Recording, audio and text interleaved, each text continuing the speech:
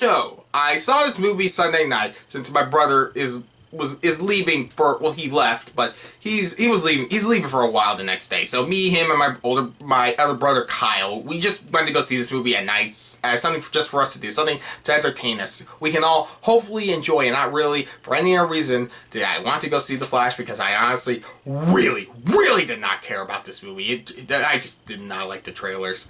I hear people say it was the best DC movie in years, even though the last year the most people praised the Batman as one of the best superhero movies in a while, and then the year before that, most people praised the Suicide Squad as their favorite DC movie in a while. And sure, there are many mediocre superhero movies that I enjoy, not to say I like it, and many others don't, but it always feels like this is what people say when a superhero movie is just good.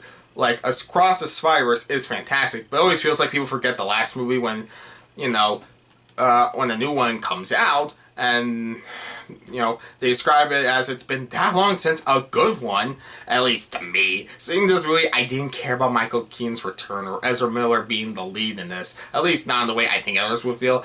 I don't know. I guess given what kind of Flash movie we got, it's easy to either love it or say you like it fine or you just downright hate it. And for me, I thought it was alright. I would watch it again, but as I enjoyed it myself, this movie is so flawed that it will be one of those movies I won't have a problem sitting through being to end to watch it, but I will still think to myself, man, this is what it could have been. It could have been more fun if it went this way or that way. It's one of those films that's more fun to discuss rather than to, you know, what it is.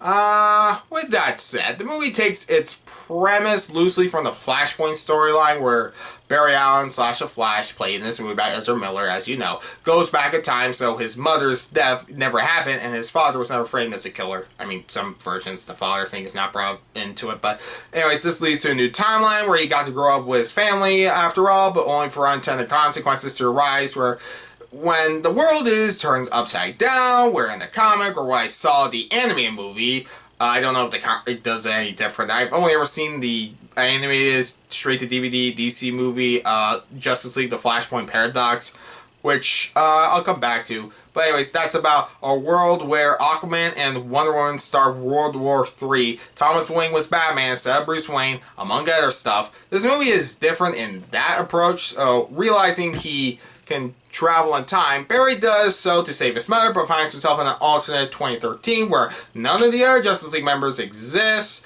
or became the heroes we know them as, but without Superman or anyone else to save the day, because Zod returns, Barry teams up with his younger self who grew up in this timeline, an older Bruce Wayne, and by that an excuse to bring Michael Keaton back as, you know, Batman for this end of era, you know, trope, and Supergirl, played by Sasha Calle, to defeat Zod before the worst is yet to come.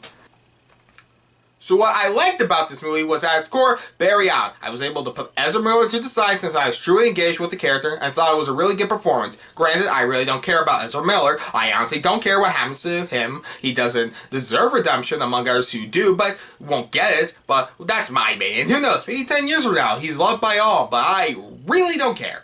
He and his younger self are the best effect in this movie, where I always thought there were two of them on screen, and not just using techniques to make it seem like this.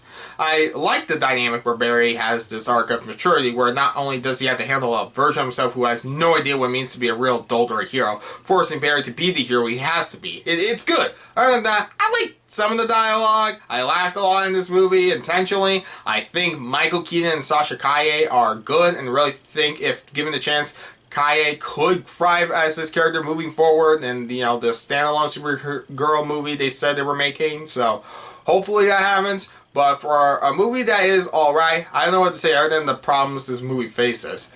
The CGI was really bad. Like, sometimes the creativity overshadows it, like the way the Flash time travels was very unique and felt fresh, but then, well, the cameos happened at the end, and I really didn't like it. And I was spoiled about this beforehand, so it wasn't a surprise, but either way, it's forced and shameful in many ways. The only one I liked was the one I didn't see coming, the one at the very end. This movie has this opening where Barry has to save newborn babies falling from a building, and it looks bad, but then followed by a good joke where he tries to calm a doctor who is scared out of her mind. Like, I liked a lot of the action too, whether it looked good or good enough. It was, again, creative. There is a lot of fun with this movie with its jokes, and as I said, the action, the performances, it just feels underwhelming when I think this should have been a Justice League sequel. I know the producers really wanted this to be a multiverse-focused story rather than a Flash standalone film when you already have the essential characters from the Flashpoint story to be used for the JL sequel, so I don't know, I wish we got that instead.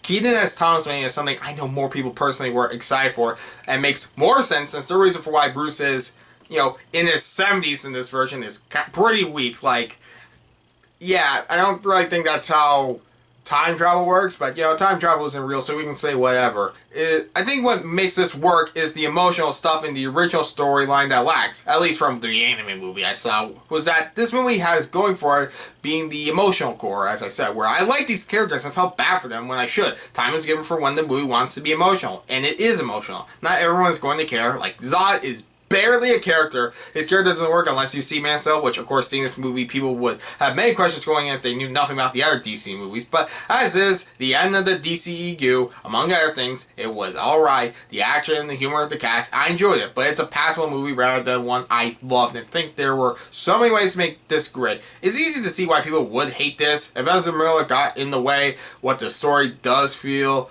like when it's like, you know, this is kind of old by this point for those familiar with the character or the setup given, but overall, I didn't hate the movie. I don't even think it was, you know, mediocre. I think it is alright. I liked it alright, but I don't need to see it again. If I had to see it again, sure, I wouldn't hate having to watch it again, but if anything, it won't leave my mind that Flash anytime soon, so it's memorable in that sense. For better or worse, we finally got a Flash movie that, well, take it or leave it. I give The Flash a 6.5 out of 10.